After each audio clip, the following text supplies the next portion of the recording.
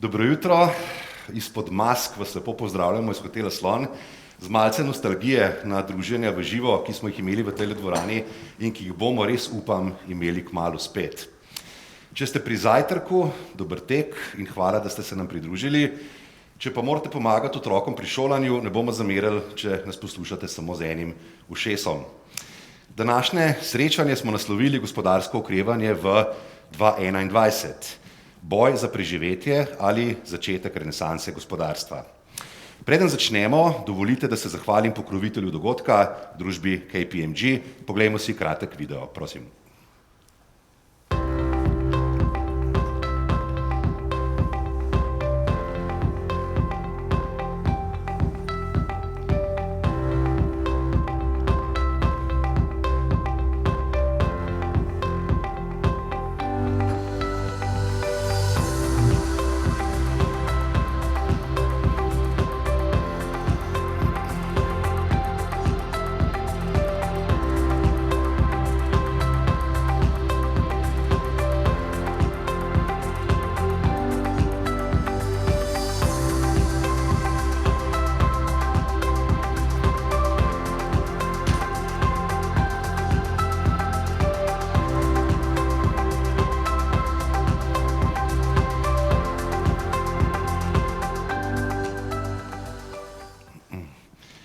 Hvala lepa, KPMG. Moji cenjeni sogovorniki so gospod Zdravko Počivalšek, minister za gospodarski razvoj in tehnologijo. Pozdravljeni. Gospa Nevenka Kržan, partnerka v KPMG. Pozdravljena Nevenka. Gospod Blaž Brodnjak, predsednik uprave Nove Ljubljanske banke in predsednik MČM Slovenija. Blaž, pozdravljen. In še last but not least, sogovornica, ki se nam bo pridružila po videolinku, gospa Susan K. Falatko, chargé d'affaires oziroma začasna odpravnica poslov na veleposlaništvu Združenih držav v Sloveniji. Welcome and thank you for being with us. Preden začnemo, nekaj besed o rdeči niti današnjega pogovora. Nahajamo se v času, ko je tem za okroglo mizo toliko, da bi se lahko pogovarjali ves dan ali ves teden. Zato smo se danes, na dan, ki ga zaznamuje inauguracija predsednika Bidena v Washingtonu in s tem simbolen začetek novega obdobja, odločili, da pogledamo v prihodnost.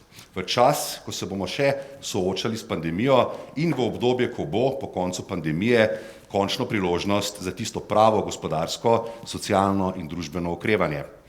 Naš fokus torej ne bo na tem, kar je bilo, temveč predvsem na tem, kar nas čaka v letošnjem in naslednjih letih.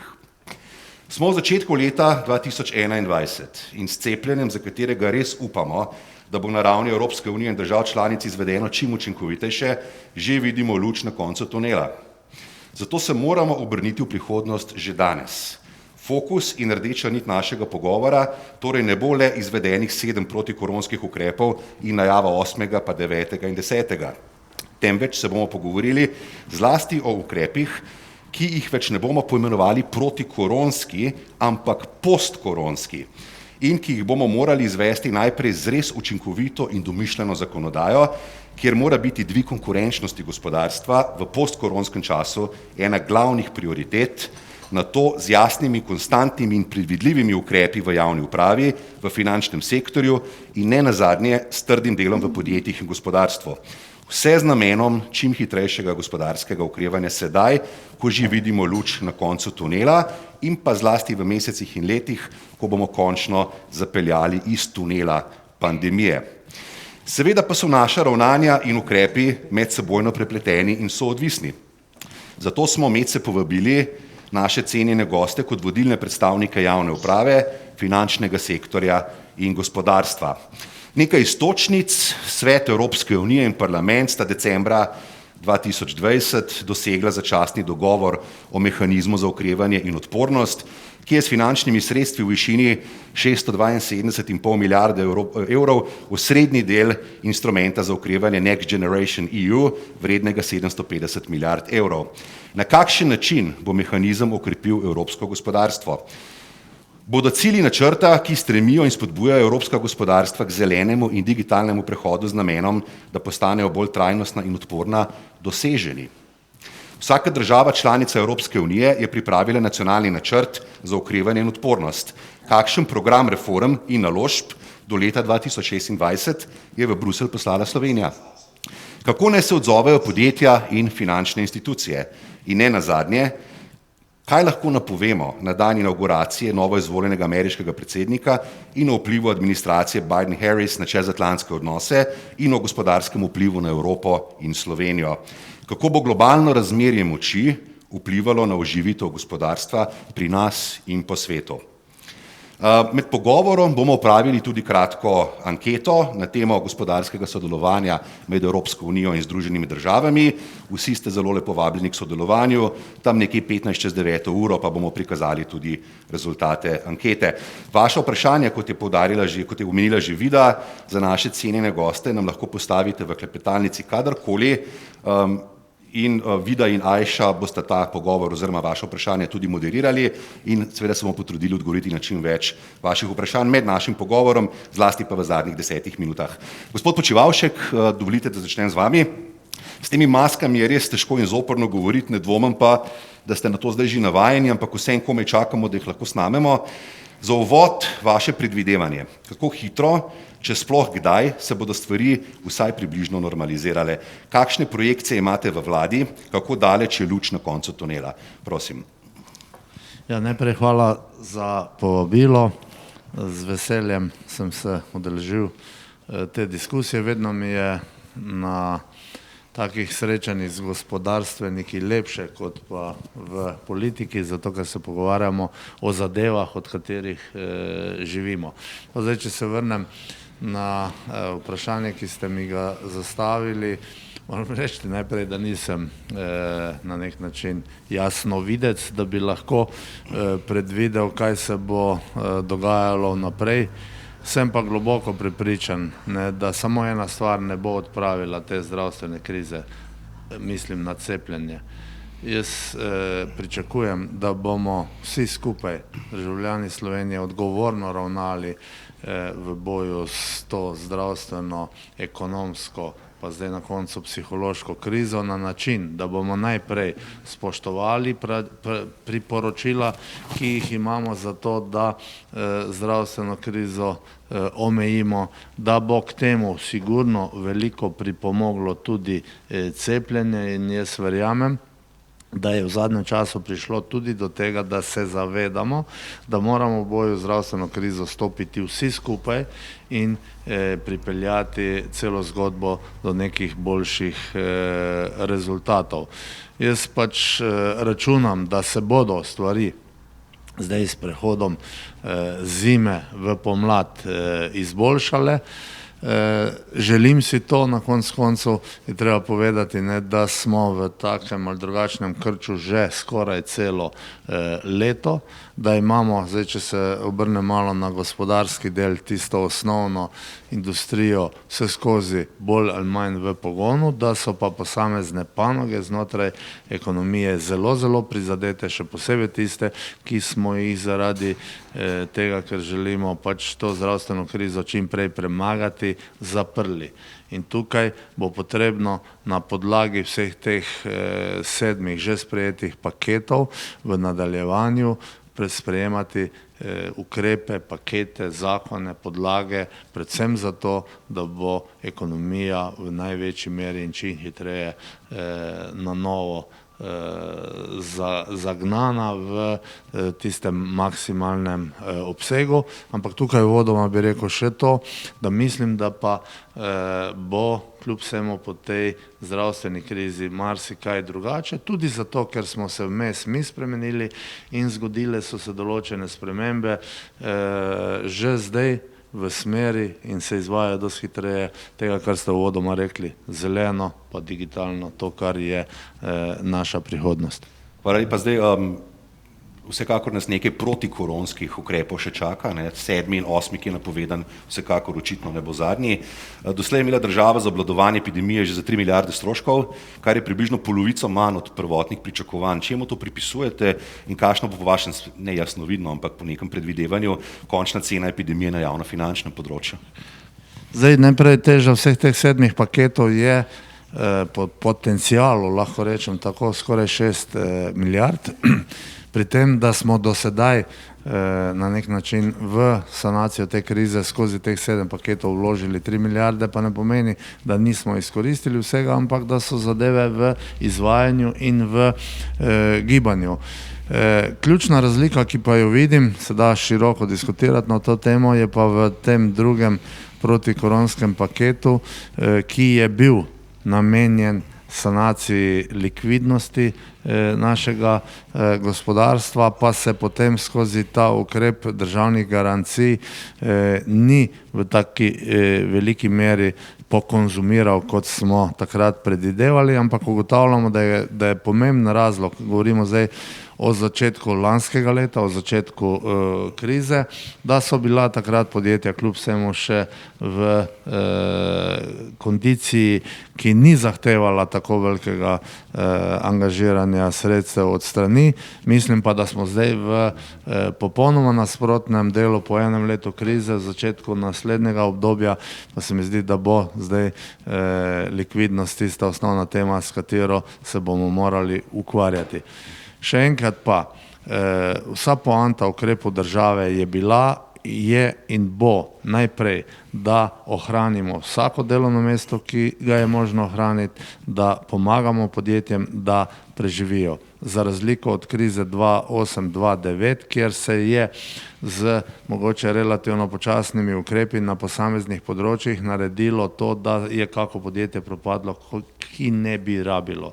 Seveda pa druga faza zdaj še bolj pomembna, jaz mislim, da smo prišli v relativno dobri kondiciji zdaj v neko izhodišče, ker vidimo luč na koncu tunela, tudi na koncu je kondicija države taka, da nam to omogoča ocene bonitetnih hiš države, so take, kot še nikoli niso bile, zadolžujemo se po rekordno nizkih obrestnih merah, imamo osnovo in potencial, da zdaj z ukrepi, ki jih bomo strani države predvideli in samimi aktivnostmi podjetij naredimo en tak pravi zagon. Jaz sem na tem področju optimist. Hvala lepa. K temu, kaj je tisto, kar bo spodbudilo gospodarsko okrevanje, se bo vrnila nekoliko kasneje. Ne vem, gospod minister je dal dobro izhodišče za vprašanje, ki ga bom postavil tebi.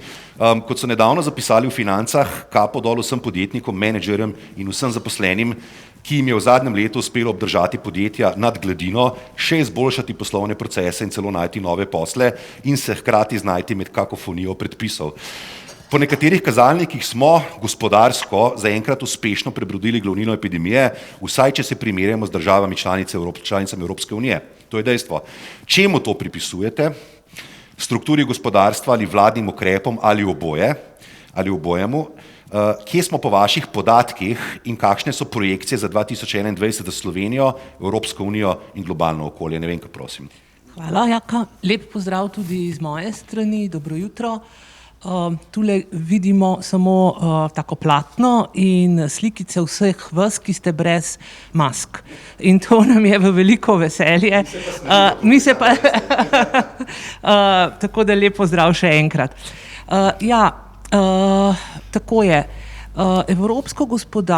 Slovensko gospodarstvo po zadnjih javno dostopnih podatkih iz napovedi tako Banke Slovenije, makroekonomskih napovedi, naj bi v lanskem letu padlo za 7,6%. Po podatkih ECB-ja in Svetovne banke je padec v evroconi v lanskem letu bil približno 7,4%. Tako nekako padec globalnega gospodarstva pa je bil ocenjen v višini približno 4,3%. Ni presenečenje, da se je med državami, saj po javno dostopnih podatkih, najbolje odrezala Kitajska, ki tudi uradno v lanskem letu naj ne bi zašla v recesijo in tam so bile stopnje rasti GDP-ja približno 2%. Zdaj, če primerjamo torej ta podatek, mislim, da smo se, in to z veliko pomočjo državnih ukrepov, vladnih ukrepov, zelo dobro držali na področju zaposlenosti. Torej vsi ukrepi subvencioniranja čakanja na delo, skrajšanega delovnega časa so ne glede na vse pomenili, da je brezposelnost približno 5,4% v Sloveniji v lanskem letu, kar ob takem padcu gospodarske aktivnosti bi lahko pričakovali tudi slabši izid. Zavedati se moramo, da je približno 10% zaposlenih bilo na čakanju v mesecu decembru, kar je, torej so te državne spodbude na en način pomagale.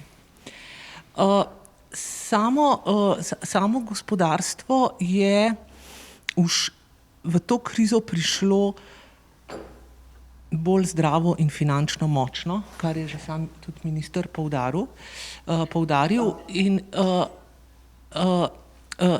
tudi zaradi tega je vpliv, negativen vpliv manjši. Torej je kombinacija obojega. Omenjaš javnofinančne spodbude in gospodarsko strukturo in strukturo samih podjetij, strukturo samega financiranja podjetij, ki je danes popolnoma drugačna, kot je bila leta 2008-2009, v bistvu v času pred prejšnjo finančno krizo. Tako da, zdaj, kakšne so pa napovedi? Relativno zelo optimistične. In sicer naj bi se po nekaterih napovedih obseg gospodarske aktivnosti na raven pred covidom dvignil že kar v sredini leta 2022. Gospodarska rast v Sloveniji za naslednjo leto je napovedana v višini 4,5%. Za evroobmočje variira napoved od vira, od 3,5 do 3,9, to se pravi malce nižja kot pri nas. Zanimivo je tudi to, da je bil padec gospodarske aktivnosti v času prvega lockdowna, torej spomladi, hujši, kot je nekako bil ocenjen do začetka januarja. Je pa seveda to zdaj pomembno, koliko časa bo lockdown še trajal in se pravi, kdaj bomo prišli iz tega neskončnega tunela. Tako. Najlepša hvala, Nevenka. Blaž, Nevenka je dala tudi eno iztočnico za vprašanje, ki ga bom drugega postavil tebi. Najprej pa bi te vprašal takole. Kakšna je in bo vloga bančnega sektorja pri okrevanju gospodarstva v postkoronskem obdobju? Ja, sej, morda se sliši bogokletno, ampak jaz že enega pol leta živim v prihodnosti, ne? Ker smo pred zgodovinskimi priložnostmi. Globalno se karte na novo delijo in če ne bomo izkoristili tega talona, ki ga imamo zdaj, potem ga ne bomo za naslednjih 50 let. Ne? Gre za repozicioniranje globalnih nabavnih verig zaradi seveda zmanjševanja tveganja, ne? Prekinitve dobavnih verig, epidemija nas je to naučila, da do tega lahko pride. In Slovenija je s svojim geostrateškim položajem tu daleč najboljše pozicionirana. Mi smo najbližja pod srce Evrope, ne? Iz pacifiškega bazena pa sploh preko Sueza in Jadrana. Tu diskusije ni. Ne? In to so seveda ekstremne priložnosti, zgodovinsko gledano ekstremne priložnosti. Na vse zadnje smo se tudi znotraj covida, ne, Slovenci ponovno začeli mednarodno pozicionirati resno. Ne? 2 transakcije bi omenil. Ne? Naš prevzem 3. največje banke v Srbiji in Petrolov prevzem na Hrvaškem, s katerim je postal 2. največji naftotrgovec na Hrvaškem. In to je naša naravna regija. Ne? Mi smo jo zanemarili v zadnjih nekaj letih, ampak vračamo se vplivno na to področje, ravno zato, ker so seveda slovenska podjetja v taki kondiciji bila, ne, da si to zdaj lahko privoščijo. Situacija v bančništvu je bistveno boljša, kot smo si upali pričakovati marca, aprila. Bistveno boljša. Banke so ustrezno kapitalizirane, so tudi še vedno donosne, kljub krizi, ne, in predvsem ekstremno likvidne. In zdaj vloga bank seveda tu je pa ne, sama po sebi potem logično, intuitivno pričakovana, ne, da bodo podprle gospodarsko rast. Zdaj, 2 vidika sta tu pomembna v Sloveniji, ki jih je potrebno izpostaviti. Ne. Prvi je, da je gospodarstvo odložilo naložbe, zato ker seveda je negotovost še vedno zelo velika. Ampak vam to podprem z drugim statističnim podatkom. Imamo zgodovinsko daleč najvišji obseg neizkoriščenih posojil za financiranje obratnega kapitala. Odobrenih, podpisanih pogodb, denar na razpolago, ki ni izkoriščen. Depoziti gospodarstva v agregatu rastejo kontinuirano skozi celo leto 2020. Kar pomeni, da je likvidnost jedrnega dela gospodarstva, ki je izvozno orientirano, izjemno robustna, še vedno. Knjige naročil so skoraj polne, izkoriščenost kapacitet je skoraj popolnoma izkoriščena. Če pogledate obseg industrijske proizvodnje, primerjalno gledano z istim mesecem 2019, 2020, v zadnjih 3 mesecih, smo praktično tu nekje, poraba električne energije je tu nekje, 1% manj, 2% manj. Se pravi, proizvodni del, izvozni del industrije je v dobri kondiciji. Imajo predvidljivost naročil do konca prvega četrtletja, začetek drugega četrtletja, likvidnost za takrat je zagotovljena, za takrat imajo stand-by likvidnost zagotovljeno, tudi potem, če bi prišlo do neke stiske, če pa začnemo odpirati v drugem četrtletju, še bolj intenzivno, in tu pa zdaj seveda se dotaknem tistega dela gospodarstva, ki je pa resen problem, to je pa storitveni del gospodarstva, ki je pa zaprt, realno, in tu seveda zdaj vloga banke, ko ni denarnega toka, je seveda neupravičeno pričakovanje. Ko ni denarnega toka, banka ne more biti igralec. Preprosto banke smo financerji na podlagi presojenega bodočega denarnega toka, ki je porok za poplačilo finančnih obveznosti. In tu zdaj tudi nastopa na nek način predvsem moralnega hazarda. Bank se zdaj pričakuje, pa tudi države se pričakuje, da bo zdaj garantirala vse povprek. Mislim, da to je neupravičeno pričakovanje, ravno tako. In v dobrih časih si državo odrivamo, v slabih časih daj država, pomagaj. Imamo potem sivo, pa črno, pa še kakšne druge barve ekonomijo, tako in drugače, izkazuje neke realne gabarite. Dejstvo je, da seveda je to velik stres za del storitvene dejavnosti, ampak naučili smo se po prvem valu, da se dejansko pride do izjemno močnega psihološkega nadomestitvenega učinka. Praktično euforije. Tu moram izrazito pozdraviti ukrepe vlade, recimo za vavčerji. Pazite, vi niste mogli dobiti do druge polovice oktobra sobe v Prekmurju. Niste mogli. Mnogi iz drugih delov Slovenije vejo, da Ptuj ni v Prekmurju. To pač jaz skušam malo posrečeno povedati, ker mislijo, da Ptuj v Prekmurju, pa ni. Slovenci smo spoznali Slovenijo. In v tistem trenutku, ko se bo začela zadeva odpirati, bom postregel z drugim podatkom, ki je pa na drugi strani. Mi imamo zgodovinski največji obseg seveda depozitov prebivalstva. Tako. Imamo 22 milijard depozitov prebivalstva. Ki so se močno povečali v letu 2020. Ki se močno povečujejo iz meseca v mesec. Moji banki samo novembra 130 milijonov, decembra 130 milijonov, januarja bo 7. paket preletel, spet se bo povečal obseg depozitov prebivalstva. Ljudje nimajo kje tega denarja potrošiti in kje ga bodo v velikem delu v storitvenem delu dejavnosti, ker smo vsi lačni dogodkov, ker smo vsi lačni koncertov, ker smo vsi lačni takih in drugačnih prireditev, ker smo vsi lačni normalne pogostitve, jem iz vrečk že 3 mesece, tudi naša restauracija ne deluje in tako naprej, in ustvarjam zelo veliko odpadkov. Vsi se veselimo nekega trenutka na pol normalizacije. In verjemite, takrat bo pa ti, ki bodo do takrat preživeli, in tu je vloga seveda ukrepov, da jih pripeljemo žive do tega praga, takrat bo pa, verjemite, euforija nastopila in takrat bomo leteli skupaj. Blaž, vsekakor, ampak vseh 22 milijard v gostilnah ne bomo mogli porabiti, dejansko je treba tudi najti ukrepe, kako teh 22 milijard pripeljati v investicije na druga področja. Lahko govorimo o državnih investicijah, lahko govorimo o razvoju države na splošno, gospodarstva, se pravi, to je pa vprašanje, kako, s katerimi ukrepi bi lahko to dosegli, poleg tega, da bomo trošili v storitveni dejavnosti. Mislim, skrajni čas je, da razumemo, da gre za zgodovinske spremembe paradigem določenih. Ena stvar je trajnostnost in zeleno in tako naprej, druga stvar pa je dejansko, kako se globalno pozicionirajo razmerja, ekonomska razmerja. In Slovenija mora razumeti, da je zdaj pa napočil čas, da to, da ne govorimo več samo o geolokaciji, ampak moramo začeti govoriti o ekonomskem pragmatizmu. Jaz ne sprejemam, da se tako majhna država pogovarja s sosedami, pa z nekimi aliansami, pa partnerstvi na ideološki ravni. Jaz tega ne sprejemam. Tega si mi ne moremo privoščiti. Zame je edina mednarodna legitimna poza tako majhnega odprtega gospodarstva ekonomski pragmatizem, ki seveda pa sloni na nekih principih in osnovnih kriterijih. Pa če je zdaj to seveda povezovanje z Zahodnim Balkanom, če je to povezovanje z Višegrajsko skupino, če je to z ameriškimi investicijami in tako naprej. Se pravi, mi moramo biti globalno oportunistični. Jaz Slovenijo primerjam s Singapurjem vedno. Mi imamo možnost, da postanemo Singapur Evrope. Če se zavestno odločimo, mi bomo evropski vodja v logistiki, mi bomo evropski v taki obliki turizma, mi bomo evropski v tem, oziroma najboljši, olimpijsko ambicijo, če bomo imeli, bomo v olimpijskih igrah igrali, če ne pa ne bomo. In dve stvari so tu zame ključni, ki jih skušam izpostavljati. Da se odločimo zavestno, kaj bomo s svojo državo. Da bomo domovina uspeha, kar v športu dokazano smo, v postu v enem delu smo, bodimo kot družba, in da bomo magnet za talente. Ker samo, če bomo s takimi talenti to izvajali, bomo lahko domovina uspeha. In to nam bo determiniralo potrebne ukrepe. Strukturne reforme, ki jih res nujno potrebujemo. Magnet za talente, by the way, vaše vprašanje dobivam na telefon, da na to mislim, da nekaj privatno četam. In Ravno kar recimo, da bi se navezal na tole, pa mogoče za ministra in za tebe, Blaž, vprašanje, ne? Mislim, da ga je poslal gospod predsednik uprave Leka. Veliko se govori o minimalni plači, kdaj lahko pričakujemo tudi tako imenovano razvojno kapico, ki bo spodbudila tudi delovna mesta z višjo dodano vrednostjo. To se v veliki meri tudi navezuje na to, kar si govoril o talentih. Najprej tvoje in potem še gospoda ministra. Lahko vam dam primer, ne? Pogovarjam se s kolegom iz Severne Makedonije, da bi prišel v Ljubljano službo, ne? Pa ker bi pripeljal familijo, pričakuje samo isti neto. Veste, kolikšna je razlika v brutu? 2,5-krat. 2,5-krat. Me več stane tu kot v Makedoniji. Gospod ministr, mogoče še vaše, to je sicer oguljena tema, ki jo vsakič ne Blaž omenjamo na okroglih mizah, ampak vendarle vaše mnenje o tem. Vem, da imate stališče, pa morda je pa teže ga nekako pozicionirati v širši politični prostor, prosim.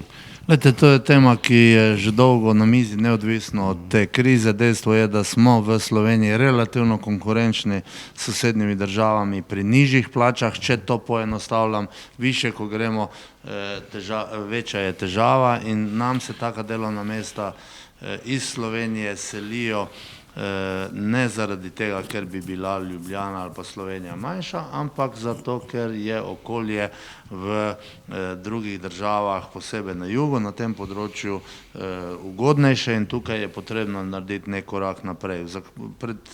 Lahko rečem, ker spremljam to situacijo že zdaj skozi 3 vlade, da smo o tem veliko govorili, nastavili neke elemente v prejšnji vladi, ampak ni prišlo do realizacije. Tukaj brez pomembnega koraka naprej na tem področju ne bo premika, to je treba jasno povedati. Se temu reče kapica, to z neko manj progresivno obdavčitvijo rešimo na tem področju in na koncu meni vseeno. Dejstvo je, da je to problem in da ta problem vpliva na razvojni potencial Slovenije. In tukaj verjamem, da imamo zdaj čvrsto voljo, da se naredi en korak naprej.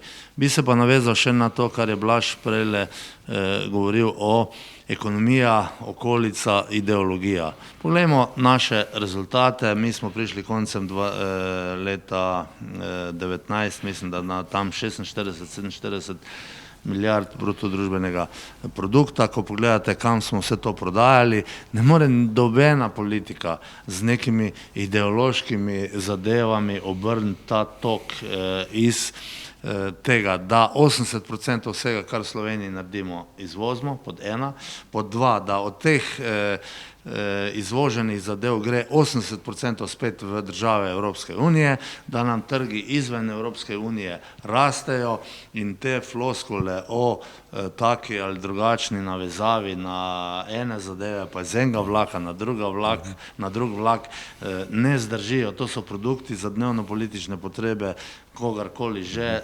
producirani preko medijev. Naša ekonomija se razvija v logični smeri tam, kjer lahko proda. Mi smo izvozno orientirano gospodarstvo, naša naloga države pa je, da gospodarstvenikom, podjetjem omogočamo pri nas konkurenčne pogoje za to, da bomo zunaj lahko konkurenčni. Naslednja zadeva, ki bi jo hotel povedati, je pa tudi še enkrat to, da imamo zdaj solidno osnovo, da smo skozi to krizo spoznali, da se ne bo dalo vse zadeve pač seliti na samo plačno cenejše trge in da bo prišlo znotraj Evropske unije, pa tudi znotraj Slovenije do nekih premikov in te priložnosti je potrebno izkoristiti. Mi imamo kot mala, izvozno usmerjena, propulzivna ekonomija velike prednosti zato, ker smo hitri, se hitro prilagajamo, to so naša podjetja dokazala in na tem temelju, ob tem, kar vem, da bomo v vladi delali in naredili v smislu boljšega konkurenčnega poslovnega okolja in na temelju ali pa ob pomoči teh sredstev iz 3 virov, ki jih je za skoraj 12 milijard, gledam optimistično naprej. Hvala lepa. Se strinjate z gospodom Brodnjakom, z Blažem, da je po eni strani investicijska usmeritev Slovenije naravno okolje, jugozahodni oziroma zahodni Balkan, naše zaledje, naše naravno okolje?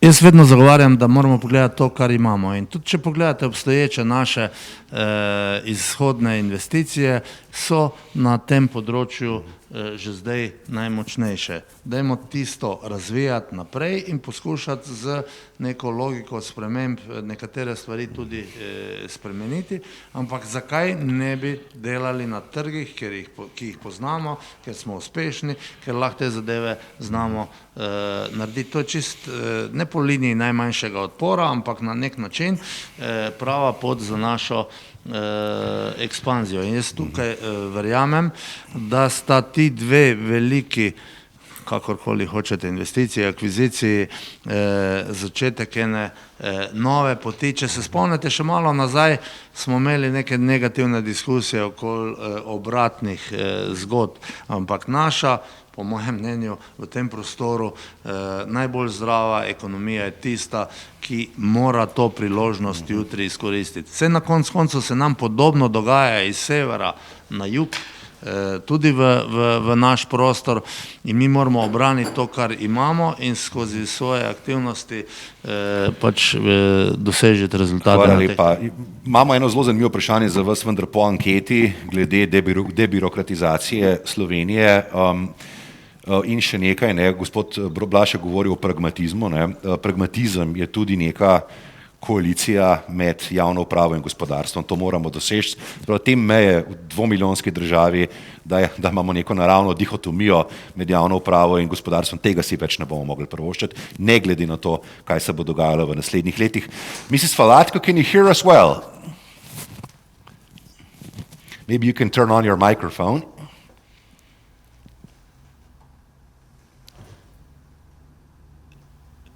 Mrs. Falatko, can you hear us?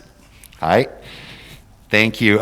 U.S. and Slovenia question for you, please. U.S. and Slovenian relations have grown significantly during the past years, and we would like to underline the importance of keeping them strong and developing.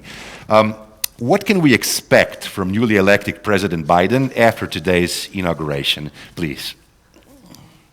First of all, Aisha, Vida, AmCham Slovenia, thank you so much for inviting me to discuss this and for the opportunity.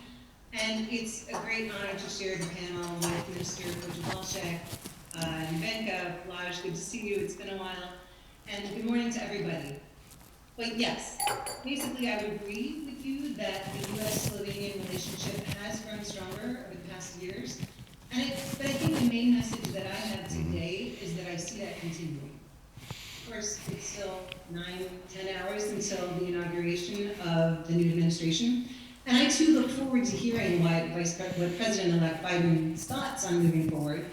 So I can't really speak to specifics today. I do think that we know enough about the President-elect and his views to know that he sees the transatlantic relationship as fundamental.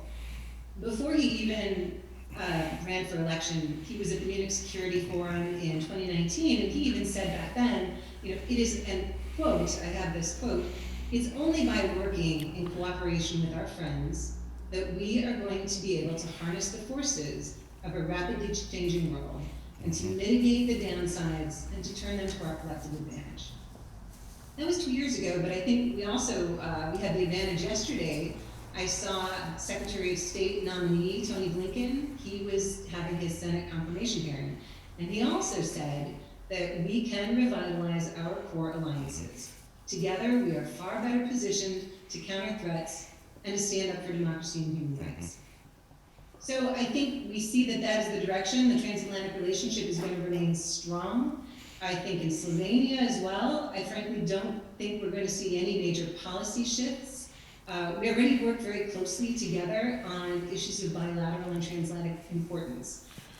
Last year, COVID-19, obviously, that presented many challenges for all of us. But despite that, the U.S. Embassy was able to accomplish much in 2020, working with our partners in the Slovenian government, within the business community, within civil society. And if you just look at it, in August, Secretary Pompeo visited Slovenia.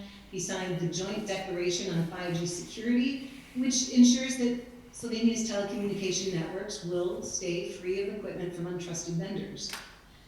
We have advanced our bilateral cooperation on cybersecurity with the establishment of a state-of-the-art cyber range.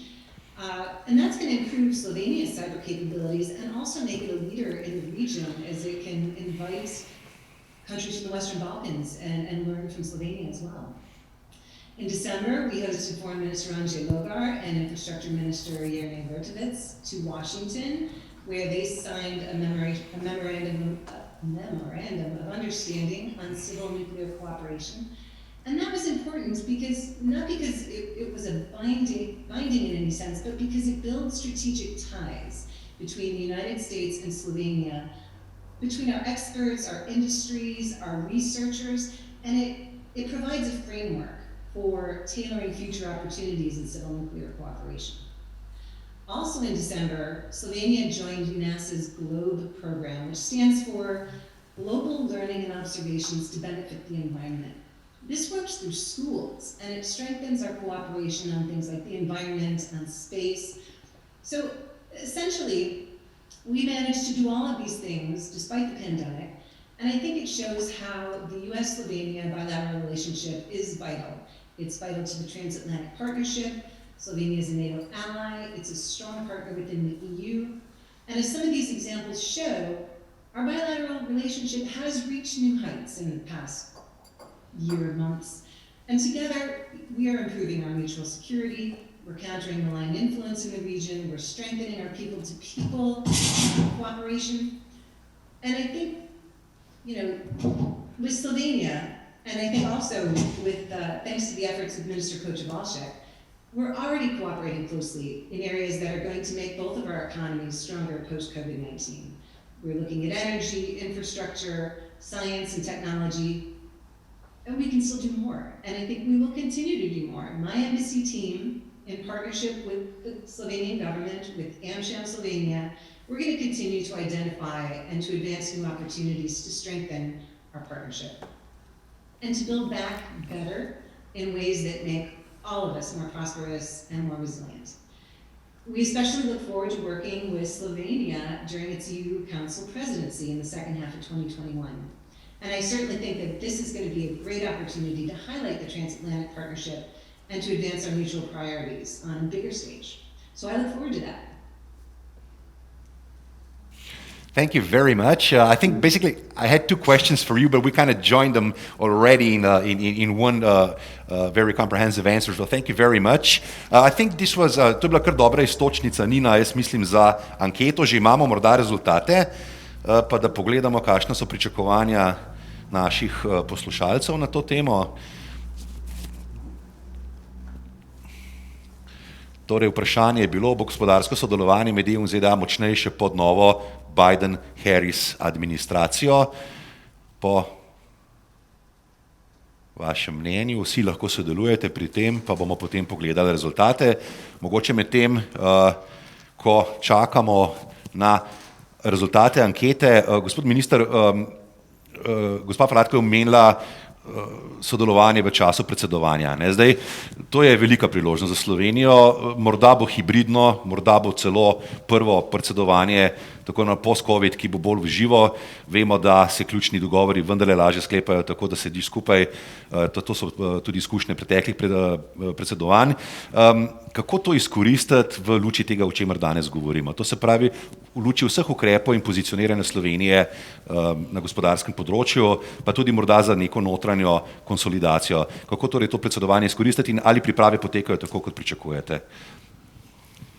No, tudi jaz si želim, da bo naše predsedovanje vsaj v veliko večji meri potekalo v živo, kot je to bilo zdaj, če grem z Hrvaške na Nemčijo in zdaj začetek Portugalske. Verjamem pa, da nas je kriza naučila, da pa tudi za vsako ceno ne bomo v bodoče imeli v tem normalnem življenju fizičnih sestankov. Digitalizacija je neizprosna in na koncu koncev praktična.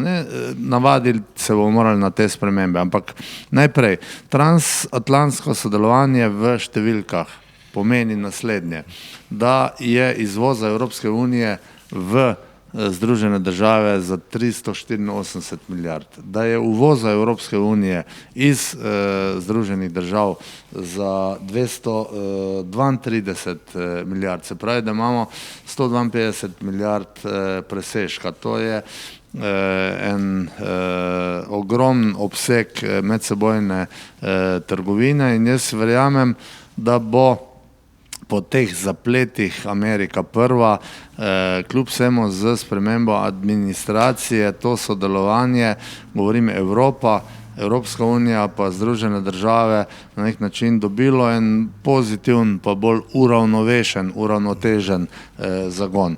Na samo sodelovanje Slovenije v tem ekonomskem smislu z Združenimi državami pa jaz mislim, da nova administracija ne bo imela toliko vpliva. Zakaj? Zato, ker je sam obseg trgovinske menjave med Slovenijo in Združenimi državami znašal 1,2 milijarde. Tukaj moram izraziti na nek način sam sebe in vsem tem, ki delamo na tem področju in dozo kritike, zato ker si že vse od nastopa moje prve ministerske funkcije 2014 prizadevam, da bi s prvo ekonomsko silo sveta povečali obseg trgovinske menjave. Mi smo lahko zadovoljni relativno z sodelovanjem na finančnem področju, če pa primerjamo naše številke trgovinske menjave z Združenimi državami z ostalimi sosednjimi državami, pa tu ne moremo biti zadovoljni. Zato sem si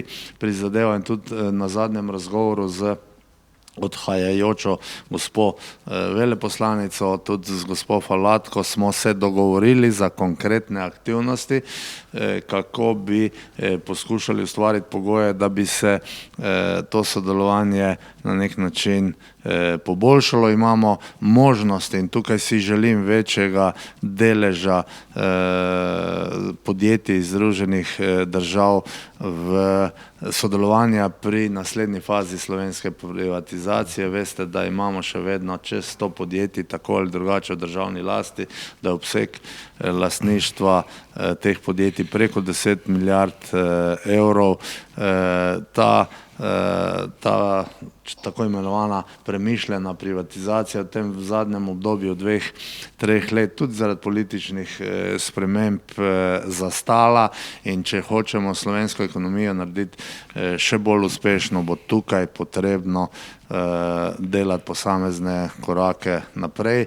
Jaz vem, da je to eno pomembno, občutljivo področje za slovenske politične razmere, vendar imamo strategijo upravljanja državnega premoženja, imamo ločeno tisto, kar mislimo, da je pomembnega infrastrukturnega pomena, imamo tisto, kar je nekje vmes, in imamo tisto, za kar smo si enotni, da je potrebno pač v nekem zmernem obdobju pripeljati do tega, da bo še bolj efikasno. Tu pa mislim, da je potrebno nadaljevati na domačem in na tujem trgu. Skratka, pričakujem, da se bo sodelovanje med Slovenijo in Združenimi državami intenziviralo, naredilo bolj uspešno na vseh področjih, in tukaj smo z naše strani absolutno pripravljeni. Zdaj, če to primerjamo s številkami z drugo največjo ekonomijo sveta, s Kitajsko, tam so zadeve dosti hitrejše in bolj propulzivne, tudi z tem bivšim vzhodnim delom Evrope gredo stvari naprej, zato ni nobenega razloga, da se mi kot država v tem kontekstu ne da spet naredimo tisto, kar se nam očita na drugih področjih, ker ne more politika reči, zdaj bomo pa dvignili pač to ekonomsko sodelovanje, to delate na koncu koncev podjetja sama, lahko pa ustvarjamo pogoje, ki omogočajo, da se na tem področju naredi en pomemben napredek. In tukaj je naloga na nas, da se gre v tej smeri. Dobro, najlepša hvala. Rezultati ankete, jaz sem malo bi rabo očala, da bi videl natančno. Evo, 82% vas je prepričanih, da se bo sodelovanje intenziviralo pod novo administracijo, 18% pa je drugačnega mnenja. Ajša, to bi bila iztočnica tudi za tvoj kratek komentar. Zdaj z nami je tudi direktorica MČM Slovenija, Ajša Vodnik, ki pa jo tokrat sprašujem bolj v vlogi podpredsednice MČMs in Europe. Ajša, Slovenija ima trenutno sedež krovne organizacije, ki združuje MČM-e iz 43 evroazijskih držav. Pomembna naloga MČMs in Europe je tudi spodbujanje transatlantskih odnosov, še zlasti na gospodarskem področju. Kakšna pa so vaša, torej 43 organizacij iz evroazijskih držav, kakšna pa so vaša pričakovanja do nove Bidenove administracije? Ajša, prosim. Najlepša hvala in seveda najlepša hvala tudi vsem govornikom, zato ker ste usmerjali v prihodnost. In še preden odgovorim na tvoje vprašanje, bi se želela samo navezati ministra. Izjemno se v MČM strinjamo s tem, da je potrebno sodelovanje gospodarstva in države, tudi biti ekonomsko pragmatičen. In če kaj lahko rečemo, je to, da se tudi mi sprejemamo kritiko, da je res premalo menjave, se pa lahko se strinjamo, da je na investicijskem področju ZDA tista, ki je na 3. mestu po investicijah, prva v finančnem sektorju, in sem prepričana, da tako kot je pragmatičen minister in razume, da gospodarstvo potrebuje stabilnost, pa tudi po drugi strani propulzivnost, bo na ta način mogoče tudi to izboljševati in seveda se bomo mi v MČM Slovenija zelo trudili. Spraševal sem Jaka v 43 državah, dejansko pokrivamo zdaj iz Slovenije, imamo sedež za države od Rusije pa do Irske in od Norveške do Turčije, tako da si lahko predstavljate, da je potrebno kar nekaj kompromisov in kar nekaj želja. Kar pa se vsi v tem omrežju oziroma v tej navezavi zavedamo, pa je, da je izjemno pomembno, na kakšen način bodo znali usklajevati svoje odnose ZDA in Evropska unija, ne glede na to, da pokrivamo večji del držav, kot je samo Evropska unija. In tukaj je po mojem mnenju tudi to izražanje, ki smo ga dali danes mi, da bo kar 83% vas verjame, da bo izmenjava oziroma da bodo odnosi tudi gospodarski še izboljšani. Nekaj, kar gotovo najavlja nekaj, da je nekaj novega in da vsi v to verjamemo, ni pa samo to. Ko gledamo, kaj je najavljeno ob samem čestitki gospa von der Leyen kot predsedujoča komisiji, zelo veliko se govori o novi agendi za globalne spremembe v transatlantskih odnosih na 4 konkretnih iniciativah, in sicer skupno delovanje za bolj zdrav svet. Tukaj se zavedamo, da pandemija je možno reševati samo, če bomo delovali skupaj. Skupno delovanje za zaščito planeta, torej trajnost, zelene stvari, in kot smo nekako slišali najavo, naj bi prav Biden, enega od prvih predsedniških od 9 podpisal, da se vrača k pariškemu sporazumu, kar je izjemno pomembno. Skupno delovanje na področjih tehnologije, trgovine in standardov, tudi to je nekaj, kar se krovna organizacija MČMs in Europe zelo zavzema, in pa skupno delovanje za bolj varen in demokratičen svet ter blaginjo.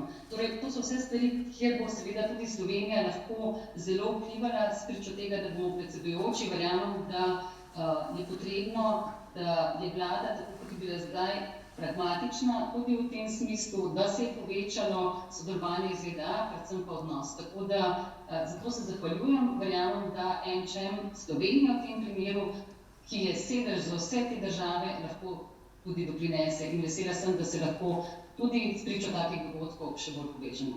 Hvala. Ajša, hvala lepa. Gremo nazaj v Slovenijo. Tole vprašanje bom pravzaprav zastavil vsem trem. Avstrijska gospodarsko združenje Advantage Austria je včeraj izrazilo namero za povečanje investicij v slovensko gospodarstvo. Pri tem pa so kot eno glavnih ovir navedli kompleksno regulatorno okolje, na nek način neprijazno, ki pogosto duši sicer dobro začrtane projekte.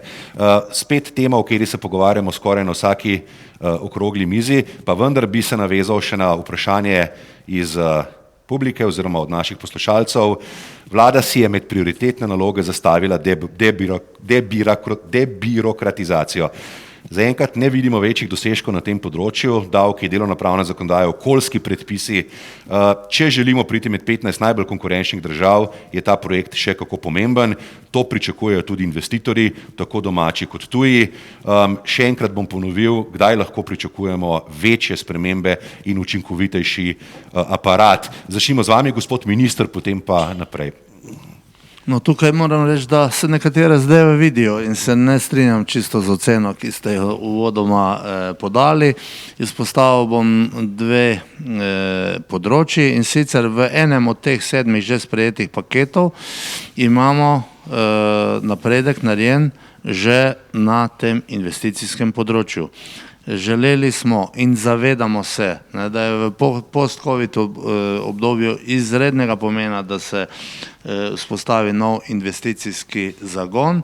Imamo možnost, da naredimo listo tako imenovanih pomembnih za državo investicij, ne samo državnih, ampak tudi zasebnih, s katerimi se bodo delali pomembni premiki, in to pomeni, da v tem vmesnem obdobju, ko nismo zagnali vseh teh debirokratizacijskih procesov na vseh področjih, lahko že zdaj računamo, da se bodo zadeve odvijale hitreje, da se izognemo temu, kar so nam ali pa meni osebno očitali v preteklosti, da smo za zasebno investicijo sprejeli poseben zakon.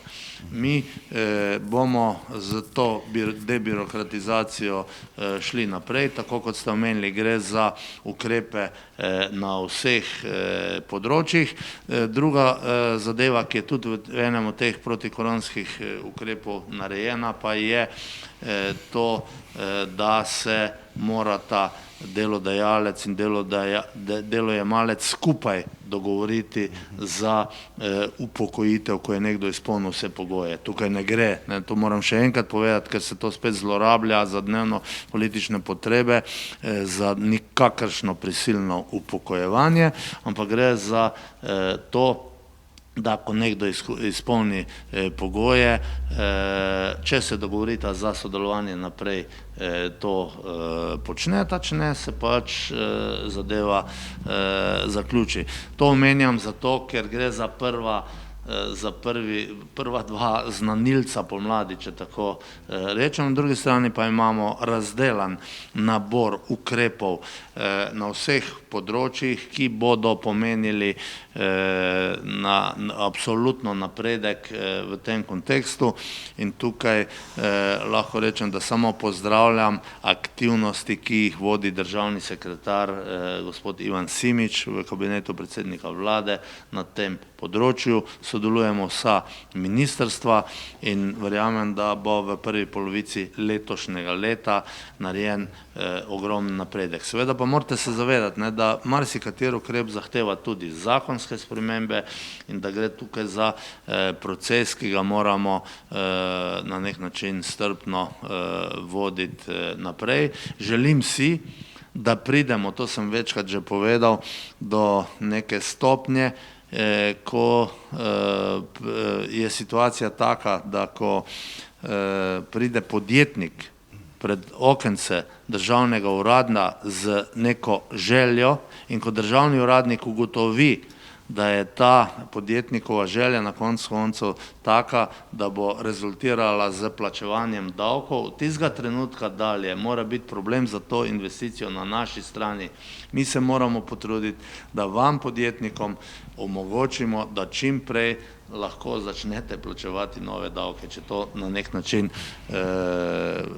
obrnem malo na šalo, ampak gre za spremembo mentalitete, da se omogočajo iniciative, seveda v okviru zakonodaje. Ne pa, da mi na naši državni strani ne sprejemamo odločitev, bojimo se odgovornosti, da ne bi nekdo naredil neko napako in to potem rezultira z dnevi, tedni, meseci in pa leti. Hvala lepa, gospod minister.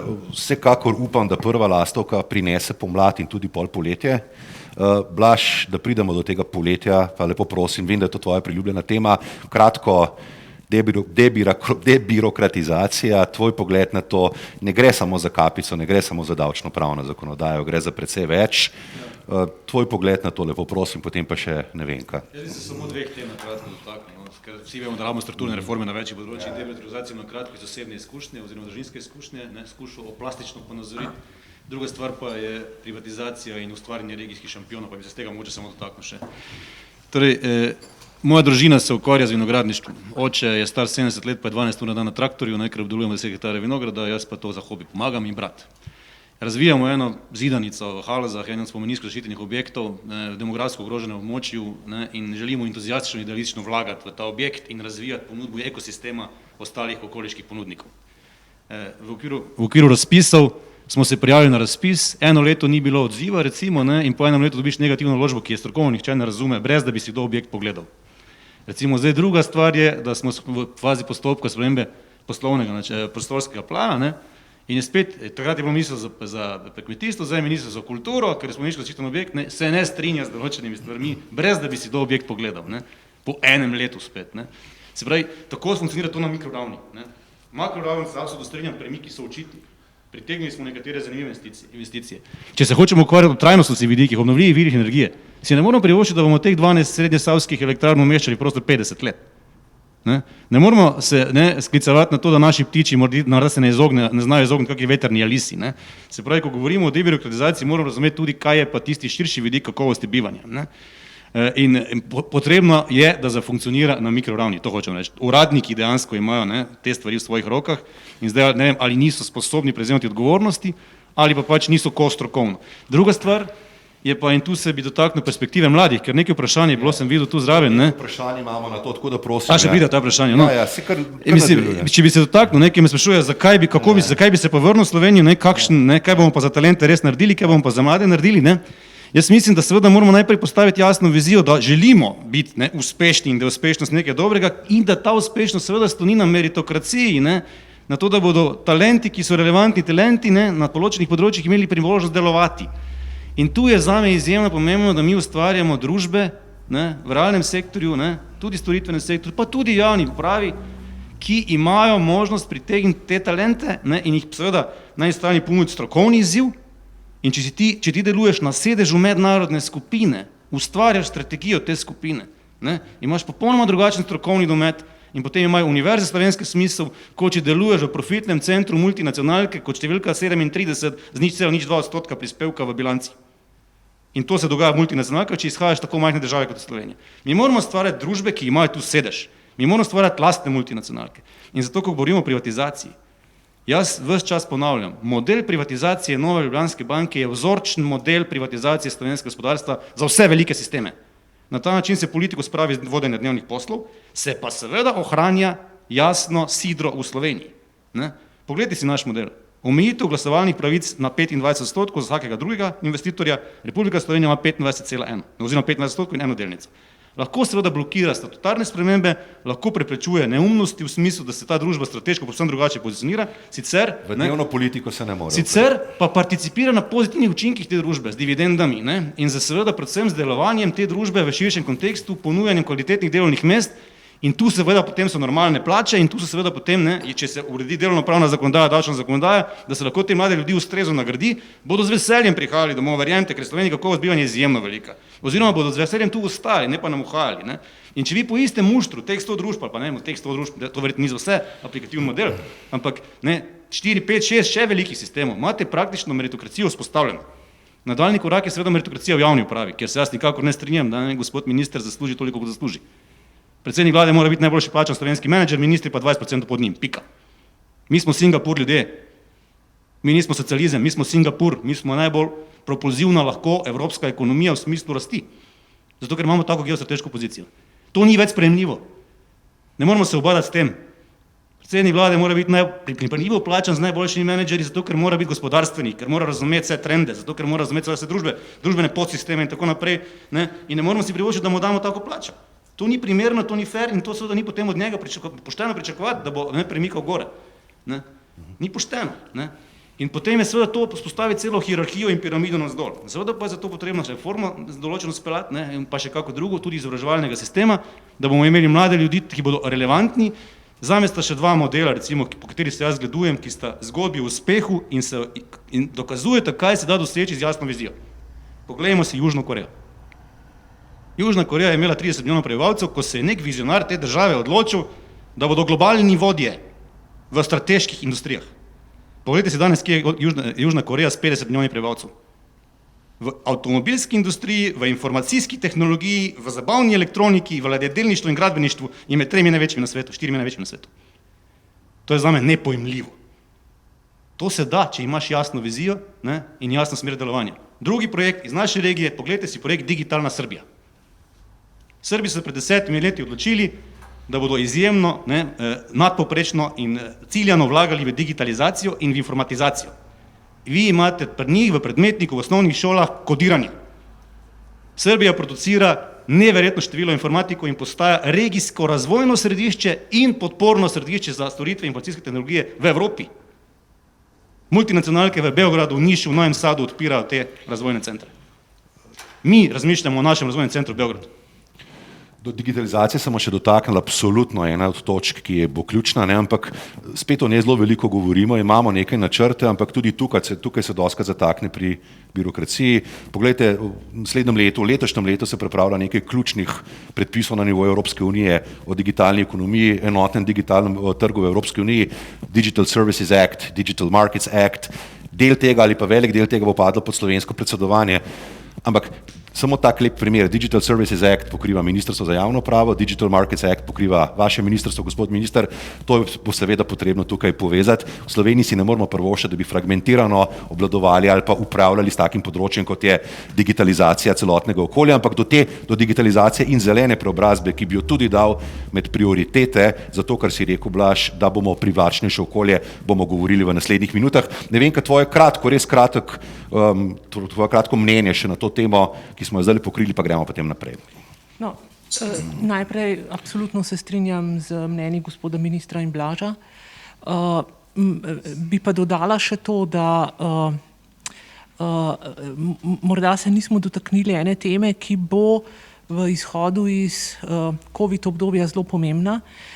In sicer govorili smo o investiranju, naložbah, ampak o strukturi le-teh.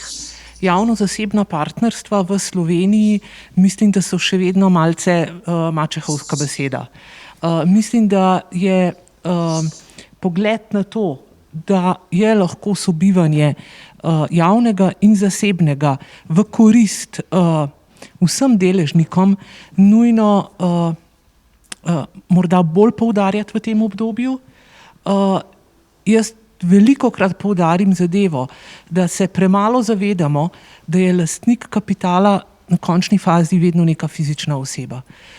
In jaz upam, da bomo tudi ta korak naprej hitro naredili tudi z vsemi temi spremembami, ki so bile že najavljene, tako v javni upravi kot v sami zakonodaji.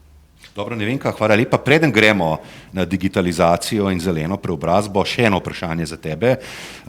Kateri sektori po vaši analizi so korona zmagovalci in kateri so korona poraženci? Dobro, o turizmu lahko govorimo, mislim, da je to popolnoma jasno.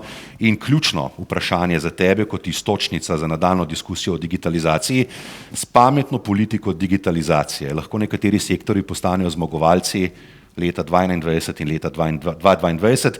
Če smo govorili prej o digitalni transformaciji na papirju, nas je korona pahnila v digitalno transformacijo kruto in na način, ki si ga nismo mogli predstavljati. Danes smo vsi strokovnjaki za Zoom, pa Teams, pa še kaj drugega. To so digitalne kompetence, ki pa močno šepajo v Sloveniji in na tem bo treba ogromno narediti na izobraževalnem področju. Pa vendar, kdo so zmagovalci, kdo so poraženci in na KPMG-ju, katere ukrepe na področju digitalizacije svetujete, da postanemo na tem področju zmagovalci 2021-2022 in naprej? Morda naj odgovorim za začetek z neko prispodobo. Govorili smo že o luči na koncu tunela, a ne? Jaz se pa marsikdaj zamislim, da zdaj živimo kot v neki megli, ne? In se tipamo. Ampak ta megla se bo dvignila. In v kakšnem svetu in kako se bomo takrat zbudili? Ali bomo še vedno želeli ohranjati nek način dela, ki smo ga v tem letu posvojili. To se mi zdi zelo pomembno. Ali bomo ponovno oživili mestna jedra. Danes sem se sprehodila od parkirne hiše do hotela. Srečala sem 2 človeka. To je popolna sprememba od preteklih let. V KPMG-ju se zelo veliko ukvarjamo ravno s tem, katere investicije bodo potrebne in seveda je odgovor na to, katere bodo potrebne od tega, kako vizionarsko bomo videli, v kakšni družbi si želimo biti in kakšna ta družba bo. Tako za privabljanje talentov, kot za nadaljnji razvoj, za investiranje, za prosperiteto. Moje mnenje je, da Vsekakor v tem trenutku imamo močan industrijski in predelovalni sektor. O storitvah in turizmu ne bomo govorili, ker smo o tem že. Mislim, da smo pa premalo naredili še vedno na spodbujanju investiranj in vlaganj ravno v naša digitalna podjetja. Jaz se pogovarjam z veliko IT podjetij in moram povedati, da praktično vsa prosperirajo. Kar pomeni, ta segment je en, ki se ne omenja, pa se mi zdi, da bo tudi kot dost velik zmagovalec izšel iz te krize. Če pa govorimo o sami digitalizaciji, vemo, da že zadnji paket Evropske unije predvideva Green and Veliko Digital. sredstev na tem področju. Ne, ampak ne vem, da te samo za sekundo prekinem, oprosti. Po indeksih je Slovenija podpovprečno razvita na področju digitalizacije, pa če še tako zelo trdimo, da imamo omenjamo nekaj zmagovalcev na tem področju, v resnici bomo tu morali narediti resne korake in to takoj, sedaj. Ne? Res v 2 stavkih, ne? Ali imate tukaj kakšen konkreten predlog, ko govorite za podjetji? Ali pa s komerkoli? Mogoče bi morali začeti že v samem šolskem sistemu in v preobrazbi ali pa dodatnih vlaganjih v dodatno izobraževanje za te potrebe. To so digitalne kompetence v vseh generacijah, ne samo v šoli. Tako, ker nekaj je, da se začne v samem šolskem sistemu, drugo pa je, da v podjetjih smo zdaj ugotovili, da se lahko vsi priučijo uporabe digitalnih orodij. In v podjetjih svetujemo, da se bolj ukvarjajo z šolanjem za te potrebe, kar pomeni vlaganje v izobraževanje vseh kadrov, ne samo vlaganje oziroma izobraževanje neke strukture. Vsi praktično že uporabljajo neka digitalna orodja. Internet of Things. Doma že vsak sesalc preklopimo preko telefona.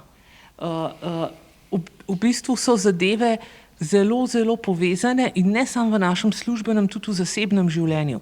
In zaradi tega jaz mislim, da je treba dati poudarek na tem dodatnem izobraževanju. In tudi na investicijah v to področje. Ne vem, kaj najlepša hvala. Gospod minister, v rokah držim zelen kuli, na katerem piše I feel Slovenija. Vi pa imate tle zeleno značko I feel Slovenija. Zeleno je v DNK-ju naše države, naše družbe. Projekt je odličen. Jaz bi bil zelo vesel, če bi ga forsirali na vseh področjih, ne samo na vaši znački pa mojem kulju, ampak da bi res to zeleno barvo posvojili tudi v gospodarstvu, da bi to res postalo tisto, kar je za Nizozemsko oranžna, za Slovenijo tale zelena. Ampak ta zelena je več kot samo simbolna, govori tudi lahko o priložnostih zelenega okrevanja in digitalizacije. Torej gremo na to področje za zaključek. Digitalizacija, zeleno okrevanje. Vemo, da moramo narediti preboj, ali imamo jasne načrte, ali bomo lahko s projekti počrpali tudi sredstva iz razvojnih projektov za okrevanje Evropske unije, denarja, ko smo uvodoma povedali, ogromno. Vaše ministrstvo bo imelo pomembno vlogo tukaj. Gospod minister, kaj načrtujete, kaj nam lahko poveste o tem, prosim? Za obnovo slovenske ekonomije je potrebno vedeti, da bomo delali na 3 temeljih. Zelena usmeritev, digitalizacija, kot ste povedali, in pa prej smo govorili o debirokratizaciji. Pri zelenem je nujno potrebno povedati, da je narejena že zasnova ali pa se odvija revolucija energetske sanacije, napredka na vseh področjih. Na drugem delu je treba reči, da pri tem zelenem moramo priti do vedenja, da je konec obdobja, ko smo uvažali poceni energijo, ko smo izvažali smeti, da bo potrebno povsod to ekonomijo krožnega gospodarstva pripeljati v zadnjo poro. Saj krožno gospodarstvo se pač strašno učeno sliši, ampak ne za ponazoritev vam, ampak vedno si moram sam pri sebi dopovedati, da gre tukaj za sistem, ki smo ga nekoč, ko smo bili manj razviti, že imeli. Če vzamete neko kmetijo pred 50 in 100 leti, so vse, kar so proizvedli, vse sporedne produkte tudi porabili.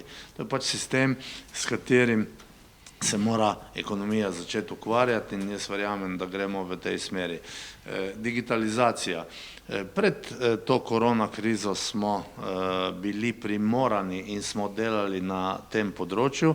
Tukaj bi izpostavil to, da je manj težav pri velikih in srednjih podjetjih zaradi njihove navezave na svetovne gigante, so bili sami po sebi primorani, da so naredili pomemben napredek na tem področju. Mi v državi smo se pa odločili, da podpiramo sicer načeloma vse, v praksi vse, ampak večjo težo potrebno dati malim pa srednjim, zato da so ta zagon naredili. Sama korona kriza nas je prisilila, da so se te zadeve začele strahovito odvijati. Tu ne gre zdaj samo za digitalizacijo na tem podjetniškem delu, gre tudi za digitalizacijo ostalega dela družbe, pametna mesta, na koncu koncev bo ena od tem našega predsedovanja tudi družba 5 oziroma 6.0, tukaj v sodelovanju z Japonci razdelujemo vprašanje pametnih mest. In tretje področje je to področje debirokratizacija, pa če hočete zagona investicij, ki bodo dvakratno prispevale k dvigu gospodarske rasti, najprej z samimi investicijami, drugič pa z efekti, posledicami tega. Temelj optimizma pa je v številkah spet, se pravi, mi imamo za to naslednje obdobje preko 12 milijard sredstev iz 3 različnih virov. Tukaj treba biti pošten, pa treba povedati, da je 1,9 milijarde iz prejšnje finančne perspektive, ki jo bomo porabili. Tukaj ne gre za to, da bomo delali nove projekte, ampak bo v naslednjih 2 letih prišlo do izplačila za projekte, ki so zdaj že v izvajanju. Ta fond za obnovo in stabilnost pa znotraj 10 milijard znaša 5,2. Tukaj gre za 3,6 milijarde povratnih, razlika do 5,2 je nepovratnih sredstev in na tem temelju imamo pač razdelan sistem vložkov v zeleno zgodbo, v digitalno zgodbo in pa tudi v spodbujanje tega investicijskega dela, predvsem na področju raziskav in pa razvoja. In imamo dovolj dobre projekte v pripravi, po vašem mnenju? Zdaj, če me vprašate v tem trenutku, bom rekel, da imamo dovolj dobro osnovo, da bomo imeli projekte, ki so dovolj dobri, da bodo vložki v pravo smer. Od raziskav razvoja do čistih investicij, ki bodo naredile transformacijo Slovenije. To je kolektivna zgodba. To na eni strani spet država ustvarja pogoje, vsi ostali sektori, predvsem pa podjetja s pravo usmeritvijo to zgodbo peljejo v smeri dobrih projektov. Mi smo, lahko rečem, mesečno institucionalno na vezi z zbornicami na tem področju, ker želimo skupaj pripeljati do tega, da bomo danes imeli prave projekte. Tu moramo opozoriti še na en problem. Poglejte, mi smo bili navajeni, ki je sladek. V prejšnji perspektive Slovenija je imela na razpolago 3 milijarde pa recimo 40 milijonov sredstev. Zdaj pa za podobno obdobje govorimo o 10,2 milijardah, se pravi 3-krat več. In če je naše ministrstvo za gospodarstvo imelo na razpolago nekaj manj kot milijardo od teh 3, imamo zdaj 3 milijarde, se pravi, da se moramo toliko bolj zorganizirati, da v enem podobnem obdobju s pravimi projekti, to, kar ste povedali, pripeljamo to zgodbo do tega, da ne bomo distribuirali denarja, ampak da bomo denar investirali v projekte, ki bodo pravi in bodo dali rezultate. Torej ne bomo gradili krožišč, ampak bomo investirali ta denar v pomembne razvojne projekte. Hvala lepa, gospod minister. Vsem bi svetoval, da si preberete poziv Slovenske digitalne koalicije, ki smo ga naslovili na vlado o digitalizaciji Slovenije. Tam so namreč zelo dobro razdelani predlogi ukrepov na področju digitalizacije in je zelo priporočljivo branje vsem v javni upravi in tudi gospodarstvo. Dosegljivo pa je na spletni strani digitalna.si. Gospod minister, preden predam še zaključno besedo ostalima sogovornikoma, bi omenil še nekaj, lahko komentirate ali pa ne, pa vendar poglejte, večina pravnega reda, pomembnega pravnega reda se pravzaprav pripravlja na nivoju Evropske unije. Slovenija tukaj ni avtonomna, uredbe in direktive zlasti na področju digitalizacije, pa tudi finančnega sektorja se torej pripravljajo v 27-terici v Bruslju. Gredo čez trialoge, gredo čez usklajevanja, dostikrat smo male države nekoliko odrinjene na rob pri tem, ko gre za neka ključna vprašanja, country of origin recimo in tako naprej na področju digitalizacije, to je izjemno pomembno vprašanje za neko drugo okroglo mizo.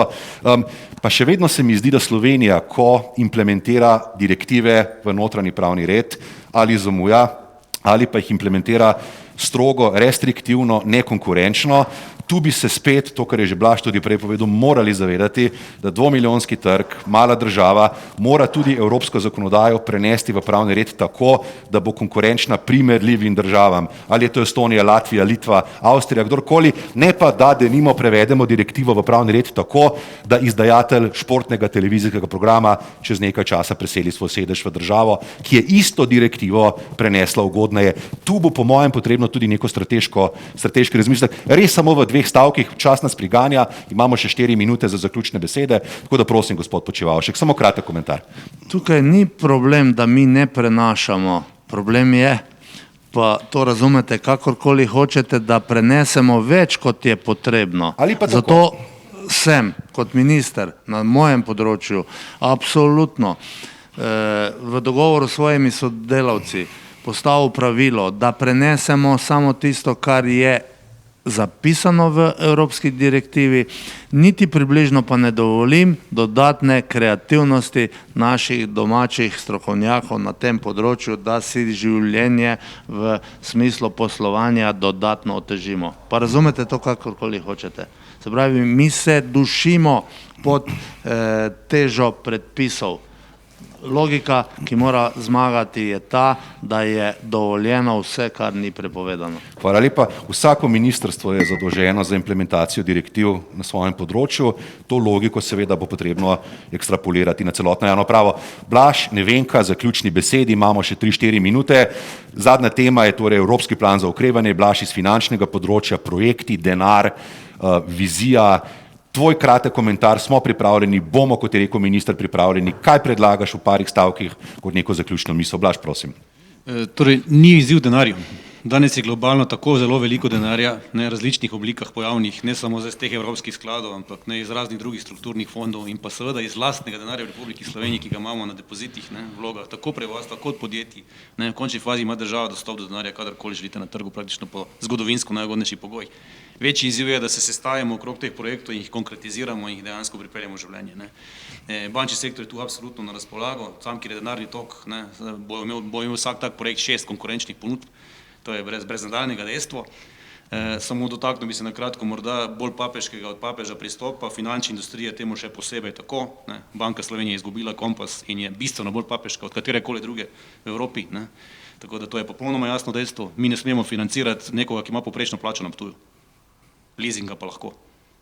Recimo, ne, to so absurdi, ampak če se mi ne sestavimo neko celoto, kot vsi podsistemi družbe in jasno povemo, Slovenija bo domovina uspeha in bo magnet za talente in zato potrebujemo za ta steber 4 reforme, za ta steber 3 reforme, ne, in to je to, ne, temi 7 konkretnimi ukrepi in jih bomo izpeljali odločno, ne, brez pogajanj, zato ker to ni ideološka tema, ampak je sledi osnovnemu strateškemu cilju te države, ne, smo lahko šampioni, ampak res šampioni, govorim o najpropulzivnejšem evropskem gospodarstvu z najhitrejšimi stopnjami rasti. Sem prepričan to. Najlepša hvala, Blaž. Nevenka, v nekaj stavkih prosim še tvojo zaključno misel. Mislim, da je potrebno dejansko sprejeti nek konsens, kakšno vizijo želimo imeti za Slovenijo in temu načrtovati vse nadaljne naložbe in aktivnosti. Jaz sem po naravi optimist, kar je ena izmed naših vrednot, tako v MČM-u kot tudi pri nas v KPMG-ju.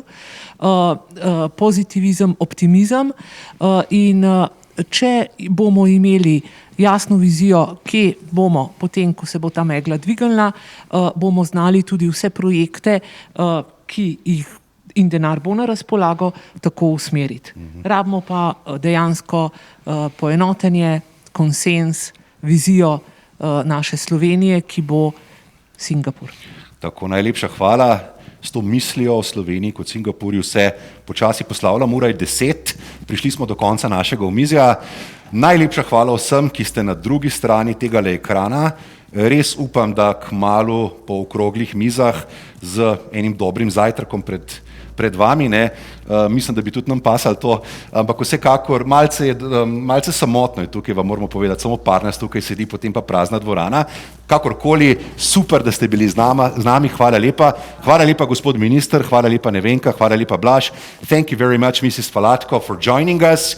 Vsem želim zdravo in varno pomlad in upam, da se kmalu spet vidimo res v živo. Lepo se imejte in hvala lepa. Nasvidenje.